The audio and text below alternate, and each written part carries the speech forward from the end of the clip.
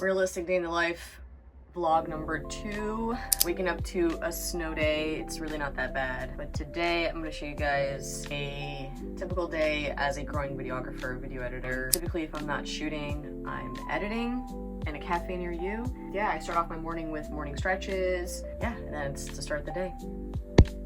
Alright, so I think this is important. Right now I'm going over yesterday. I didn't write out my whiteboard last night, but there are certain things on my list that I didn't do yesterday. And typically what I would do is I would just put it in my calendar for the following day, but there are times where it just never gets done. It just keeps getting funneled into the following day. So what I'm doing here is I'm circling the things that I didn't do yesterday, and I'm writing down what was it about that day, or what was it about that task that I didn't get to, like what was the reason why I didn't get to that task. It's really important because it'll help you break down the real reason behind it. Was it because of timing? Was it because you scheduled yourself too thin? Notice how there are other areas of my whiteboard that I did check off. I like to do this scheduling system because when you write out like a task, I'm gonna write here sample task. Excuse my handwriting, that doesn't really, sample task, right? I usually like to write a little square that I could check off. So I've learned years ago that psychologically our brains associate this as a good thing. It conditions your brain to think like, okay, if I complete this task, I get a nice big check mark next to it. It just motivates you to check off all the boxes at the end of the day. Great method. I've been doing it for years. It's been super helpful. I've gotten a lot done that way. Yeah, I highly recommend you do the same. Oh my baby, your love is for it. Give me loving, no good on you. I'm in this weird state of mind right now where I don't know if I should quit my business completely, put it on pause, and just look for a steady job, or just fucking go ham. I have this crazy imposter syndrome. It's been going on for a while, and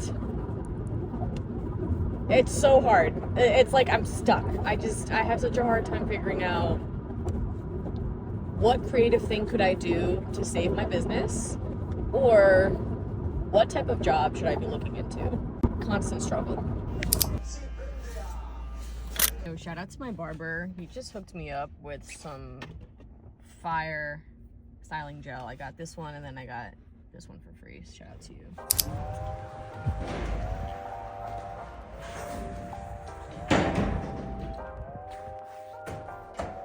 People are just afraid to be seen, so they expect you to create reels that make them feel like they're on top of the world. That's a great idea. Alright, bitch. Okay. Woo! Just finished therapy. Holy shit. Long story short, the system's rigged. We need to get the fuck out of this country. No. Shout out to my therapist, Shay. You are amazing. I have like so many breakthroughs whenever we have our sessions in therapy, and I am moved by you. I just finished therapy and came to realize a few things in therapy. One, as much as I love to create stories for people and bringing their brands to life through video, I slowly am realizing that I am getting tired of having to build someone else's story that's not mine. And that sounded kind of like, I don't want that to sound ego-driven, but I just feel like the reason why I'm so behind on my goals is because I'm just so focused on having to meet everyone else's goals and bring their goals to life. Like every new brand that I come across that is new to video and they want to boost their content on social, they always have like this big vision, you know, they want to be different, you know, it's like they just want to be like the best in what they do, and they just want to be different, and they sell me on this vision.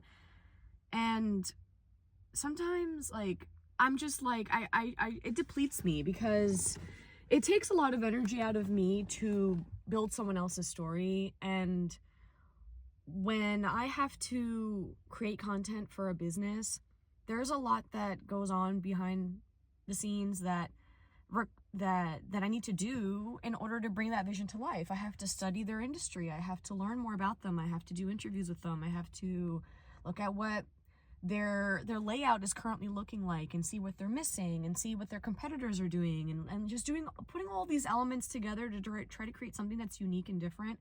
And what I've learned through my therapy session today is that stop trying to be the best and be super unique and super different from everyone else, and just be yourself.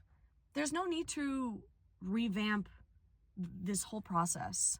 There's no need to do that. You don't have to change the wheels. You don't have to, try to come up with the next best thing, the next big thing. You just have to be yourself. I think the number one thing that a lot of people have trouble doing is being vulnerable on social media, because they're afraid of showing that weak side to the world, to their audiences, to their clients, to whomever's watching. And I'm here to tell you that is your moneymaker. That is not, remove money from the vocabulary for a second. That is the source. That is what actually keeps people from coming back and building that trust with you, is you just being your authentic self. And you not trying to be the best out of the best in your industry. And hey, there are people that get a high out of that, and that's awesome, but I'm exhausted.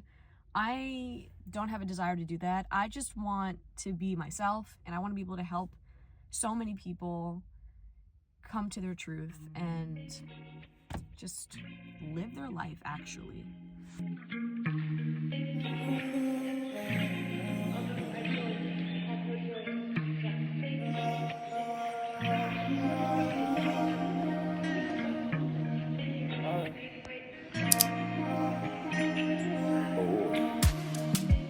All right, just finished editing at Southdown. I was gonna go to a different coffee shop, but they were doing a whole production there. Shout out to you guys. Just got finished editing, about to go home, eat some food. It's 3 p.m. I always have a late lunch. I never eat lunch on time. I never eat any of my meals on time, to be honest. And then I'm gonna continue editing these vlogs and do what I do best.